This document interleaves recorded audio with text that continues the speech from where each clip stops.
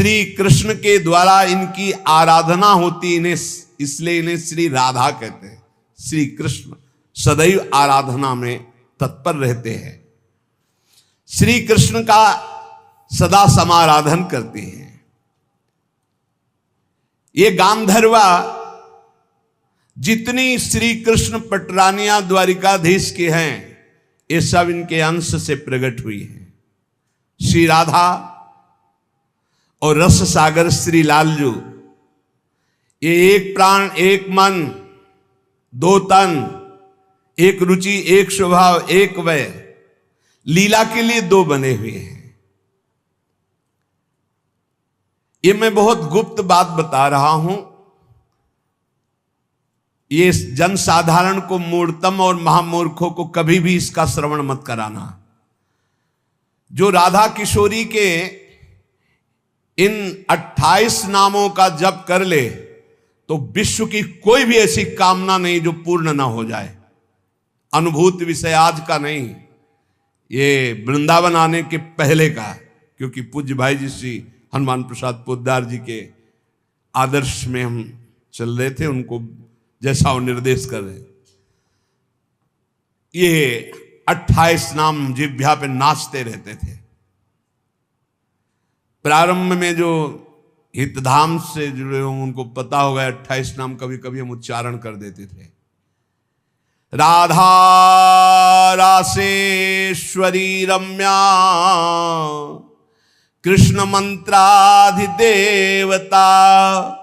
सर्वाद्या सर्ववंद्या च वृंदावन विहारिणी वृंदाराध्या रमा शेष गोपी मंडल पूजिता सत्या सत्यपरा सत्यभामा श्री कृष्ण वल्लभा वृषभानुसुता गोपी मूल प्रकृतीश्वरी गांधर्वा राधिका रम्या रुक्मिणी परमेश्वरी परात्पर तरा पूर्णा पूर्ण चंद्र निभानना भुक्ति मुक्ति प्रदा देव भव्याधि विनाशिनी। ये 28 नाम है अनुभूत। इन 28 नामों का मंत्र है।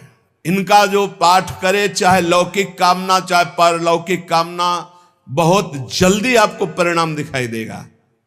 ये राधा किशोरी जी के 28 नाम श्री राधिकोपनिषद में ब्रह्मा जी सनकादि को उपदेश कर रहे हैं।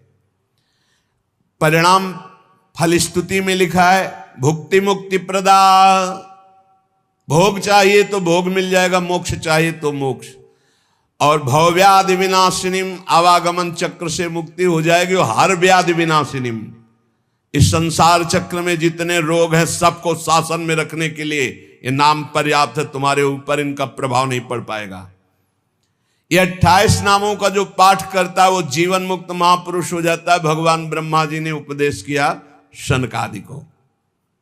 राधा रासेश्वरी रम्या कृष्ण मंत्राधिदेवता सर्वाद्या सर्ववंद्या वृंदावन विहारिणी वृंदाराध्या रमा अशेष गोपी मंडल पूजिता सत्या सत्यपरा सत्यभामा श्री कृष्ण वल्लभा वृषभानुसुता गोपी मूल प्रकृति ईश्वरी गांधर्वा राधिका आरम्या रुक्मिणी परमेश्वरी परात्पर पूर्णा पूर्णचंद्र निभानना और भुक्ति मुक्ति प्रदा भवव्याधि विनाशिनी।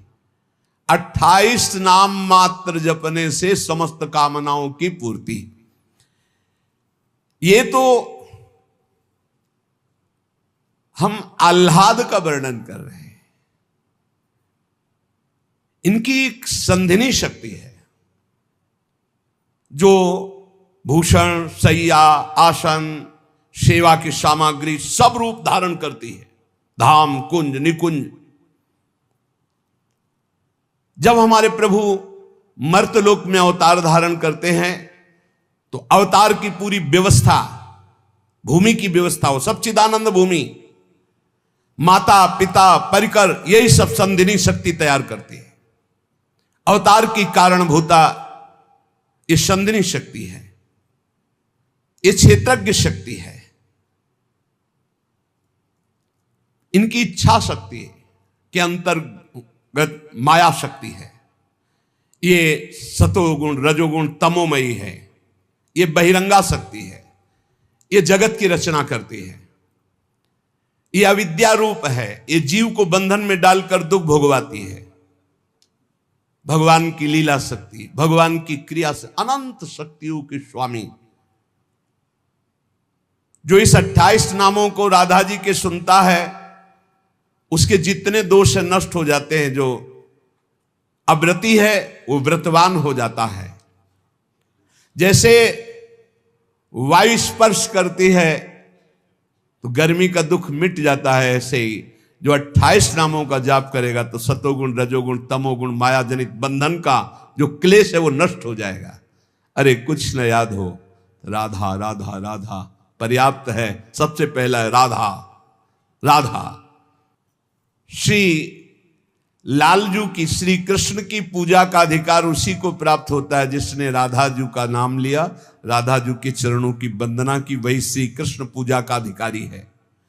श्री किशोरी जू की पूजा किए बिना श्री कृष्ण की पूजा का वो अनाधिकारी है, अधिकार ही नहीं माना जाता। जिसने किशोरी जी की पूजा नहीं की कभी प्रेम प्राप्त नहीं कर सकता। श्री कृष्ण प्रेम प्राप्त नहीं कर सकता बिना राधा जू की कृपा के।